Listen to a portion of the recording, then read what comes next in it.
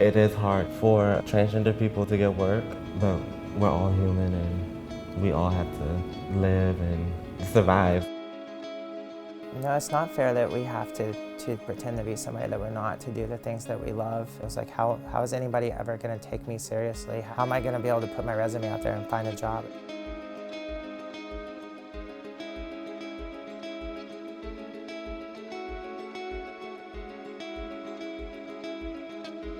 Some employers don't have like an understanding of why not hiring a trans person is an act of violence.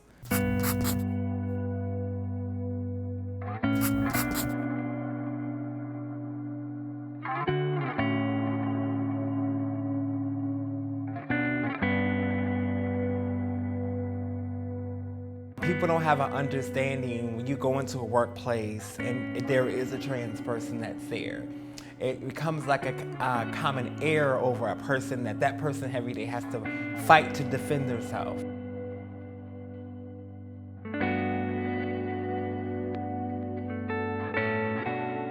I was working in a job that was very transphobic. I've been in almost every style of restaurant around the country, around the United States, and I've encountered it in all of them. I usually describe it as a boys' club.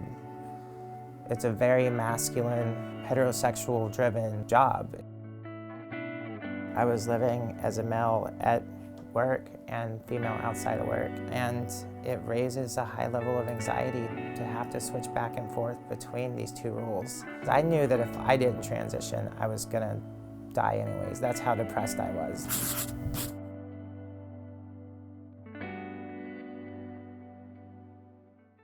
I wanted to be the leading swan in Swan Lake. I just fell in love with her. She's just very graceful, elegant.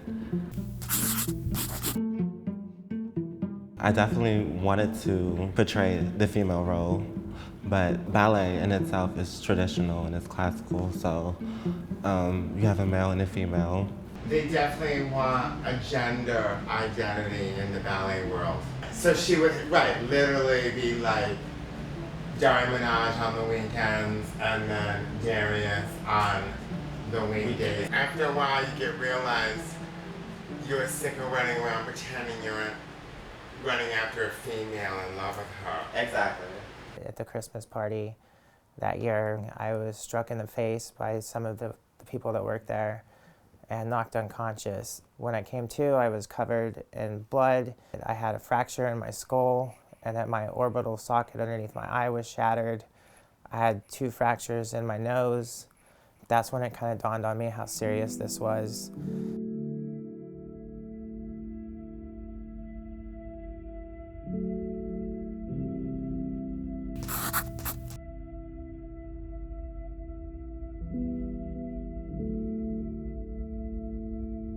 At that point, I just kind of slipped into this depression, and I was almost ready to give up on life. But somewhere deep down, I managed to get the courage to get going again. And I basically came to Maine and I started over with a new life. I came here with nothing except for my car and my clothes and my dog. I actually was a few days outside of Maine when I got a message on Facebook from somebody that wanted me to come to work in their restaurant here. I was terrified to work in a restaurant again around that type of atmosphere and people like that. They're going to reject me, they're gonna beat me up, they're gonna murder me.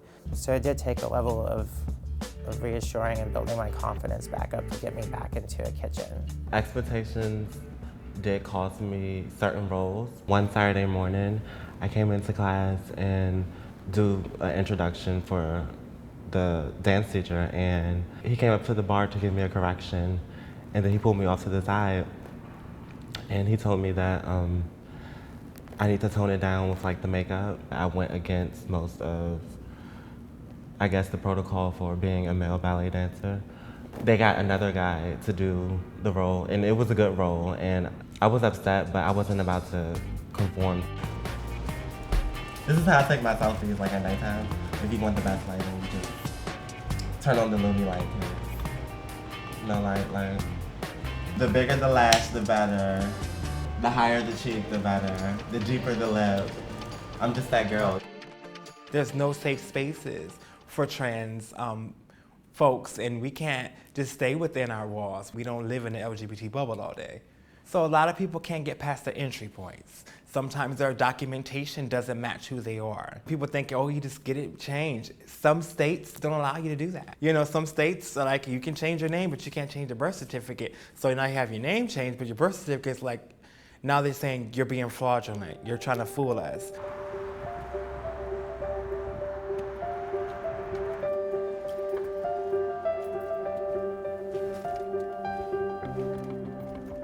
I do have anxiety during these things. That's because I'm gonna have to out myself to get the proper documents. Even though I've been in Maine for 6 months, I haven't been able to get my residency secured here. So I just got my birth certificate. I'm gonna go today and try to transfer my driver's license from Arkansas to Maine. Hi, I need to transfer my driver's license from out of state.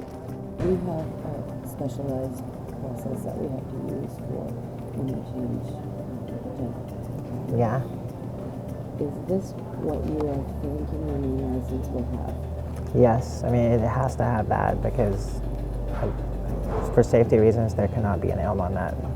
This is the first time I've encountered this. She is requiring that I have a letter from a doctor or physician to keep the F on my driver's license. She said she had to make a phone call to see what she could do. Sorry to be late. Okay. So I had to kind of go wait for checking. I got the director's approval. Okay. So I'm going to go ahead and do this for you. Thank you so much. When you're ready, just look at this little blue dot. I'll count down. I'll do a countdown of 3, okay? So 3, 2, 1. They tried to put it as an elm, but they got an override and put the F on it. I'm a female resident of Maine now. I feel like maybe one day I myself can like maybe open a company for people like myself, kids growing up who are not open and comfortable with themselves and realize that they're trans. If I had to choose, I would say I would be Daria Minaj Rose because at the end of the day, I'm comfortable with myself and who I am as a person, and I would just be me. Now I kind of hold my head high as a transgender person. Don't ever be afraid. Put yourself out there and reach for your goals because you have the opportunity to lead the way for the next generation.